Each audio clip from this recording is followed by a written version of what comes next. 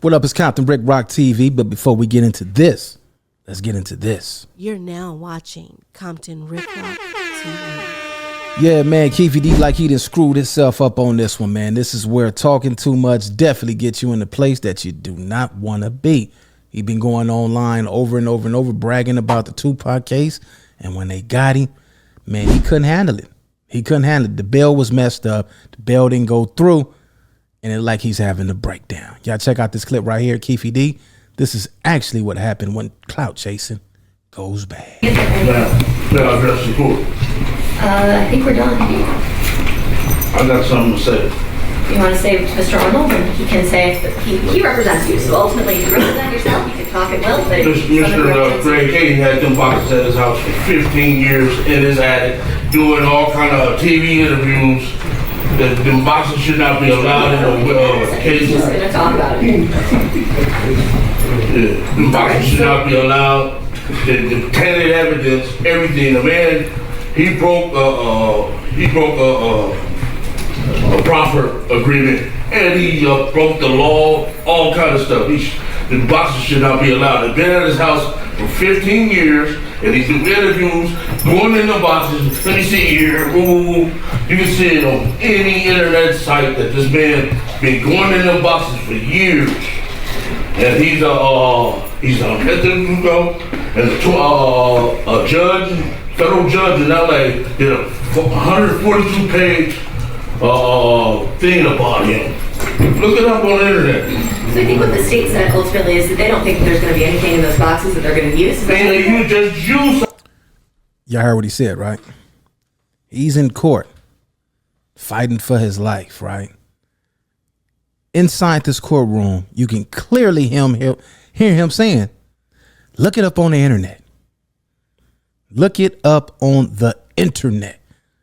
This is how the internet got a whole lot of people crossed up and toasted up. Look it up on the internet. They already did that. They did that already on something in the boxes. They just used something in the boxes from 1996, and they know they did it. Yeah, no, it's certainly we are. They're not only ugly on the outside, but they're ugly on the inside. They crashed in my family in this. They did my daughter first. They did my son. Then they just did my wife the last year. What's the name told me about these? David Westbrook told me about these dudes. He said they're not only ugly on the outside, but they ugly on the inside too. These two dudes right here. Can you guys believe that once upon a time this was a reputable guy from the city, Compton, California, right? Can you believe that this is one of the guys that claimed that he was in the car the night of Tupac's demise? Multiple VLAD interviews, multiple interviews all across social media. He said he was doing it for the money. He said he was not in Las Vegas when the Tupac assassination happened. But they say they found the room with his wife. She was checked in there. So that put him there if they could prove that. I'm pretty sure they already got everything that they need for this case. He mentioned Puffy multiple times in court documents, over 77 times. Puff probably will be in court, man. They are not letting this guy go. This is a case. This is a high profile case. This is probably one of the biggest cases that we're going to see if they could find this guy guilty of Tupac's demise. Yeah, he was a big figure in the city of Compton. I never met the guy, but I heard a lot of stories about the guy.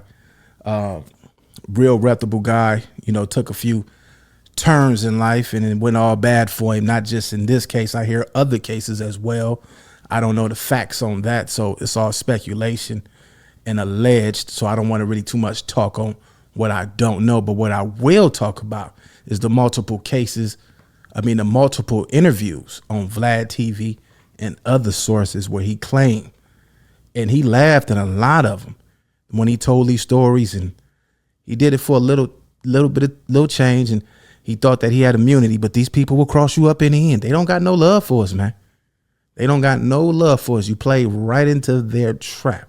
Now he's in court begging for his life. And it looked like he told those two police or whoever else was in the courtroom.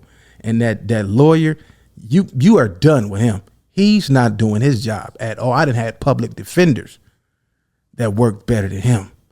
He don't got no spunk. And I hope that's not a public defender, because if that's a public defender, they definitely have to get you, man. You're not getting a deal, none of that. You up in age, bro. And it's sad, man. Now that's what you call clout chasing at its finest. Everybody talk about clout chasing. That's clout chasing when you get online and sell your soul for a jelly roll, because that's exactly what he did. I heard those interviews, like 50 grand. I heard some of those interviews that Vlad was paying $50,000. That's what I heard from reliable sources. He was getting a lot of cash money for those interviews, and hope he got some saved up for a better lawyer, because definitely that lawyer is not doing a good job, bro. Your bail didn't go through. Whack 100 tried to bail you out. I don't know if that plays a lot in you not getting the bail, because they looking at you like you're going to make some money off the rights to a movie or whatever they talked about in your last bail hearing. It looked like they got you, man. It looked like you very, very frustrated. And the cold part about this case, everybody in that vehicle is deceased. That's what I heard. Yeah, man. So it looks like you are definitely done. Even if you did want to tell on somebody, you don't have anyone to tell on. You told on yourself. So this is going to be a long ride for you, man. And all you other people out here in podcast world, take advice from Rick Rock. Yeah, me, Compton Rick Rock. Do not get on this internet and admit to crimes. It's Compton Rick Rock with Compton Rick Rock TV, and we're going to end it just like this.